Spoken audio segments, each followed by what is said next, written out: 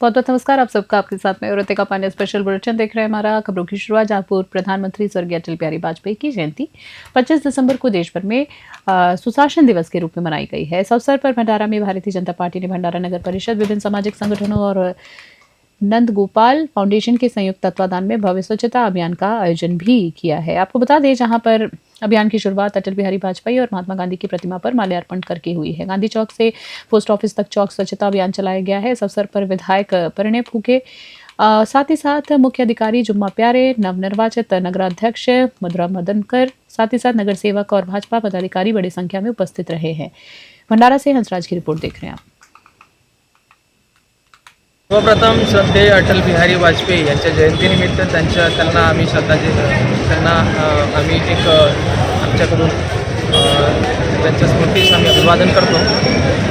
स्वच्छता ही आरोग्यासाठी अतिशय महत्त्वाची बाब आहे आणि त्या दृष्टिकोनातून एक नवीन ऊर्जा संचारित व्हावी नागरिकांमध्ये, त्यासाठी नगरपालिका म्हणा किंवा नगराध्यक्षातर्फे हे आजचा जे उपक्रम आहे ते निश्चितच चांगलं एक पाऊल आहे। नंदगोपाल फाउंडेशन मागील 2 वर्षापासून क्लीन भंडारा ही हा उपक्रम राबवून स्वच्छतेच्या बाबतीत जनजागृती म्हणा किंवा स्वच्छतेचे उपक्रम म्हणा ते राबवतच आहे।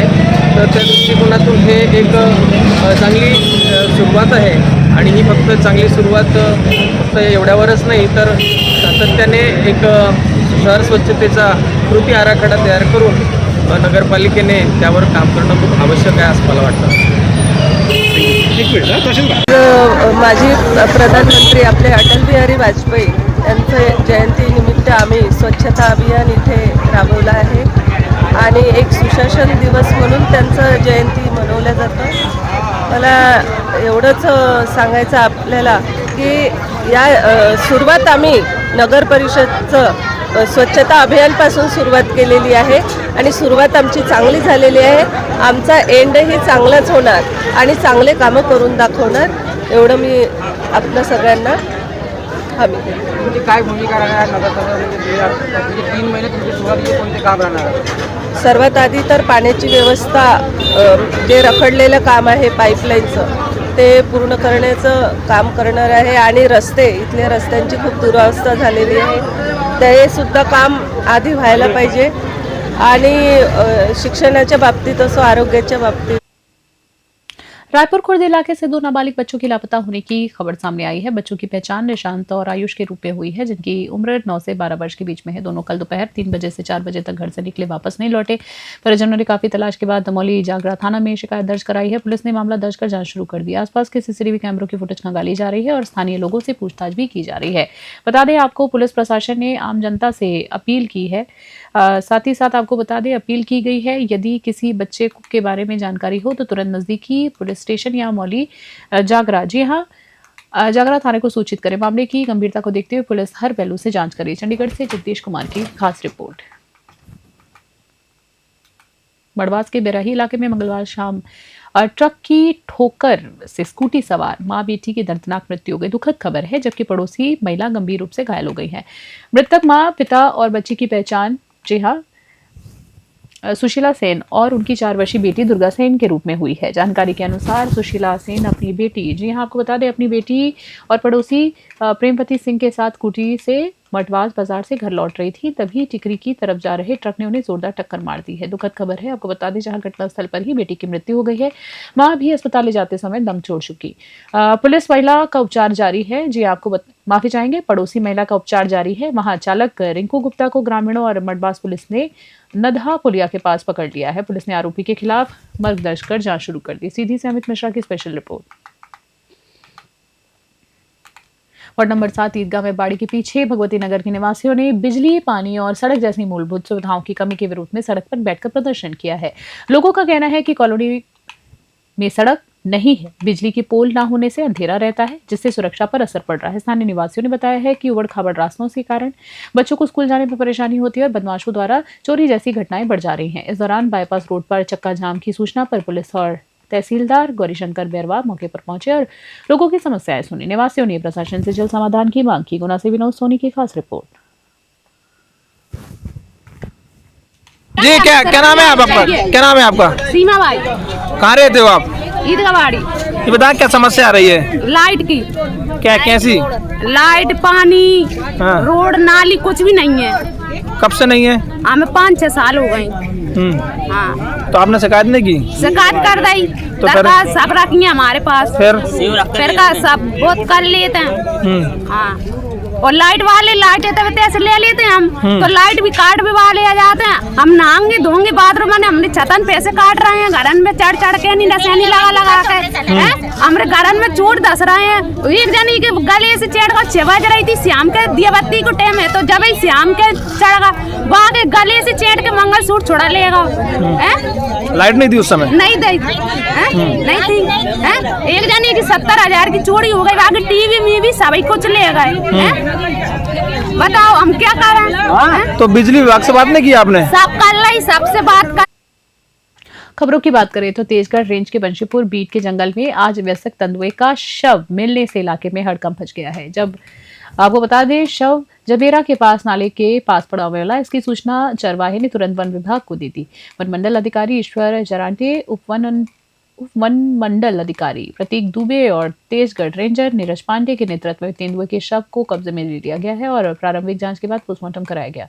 प्रारंभिक निरीक्षण में शरीर पर किसी भी तरह के शिकार या चोट के निशान नहीं पाए गए। तेंदुए की आते खाली पाई गई है, जिसे मौत, भूख, कमजोरी या भी गंभीर बीमारी के कारण होने की संभावना जताई जा रही है। शव का विसरा लैब में जांच के लिए भेज दिया गया। नमो से विवेक सेन की खास रिपोर्ट।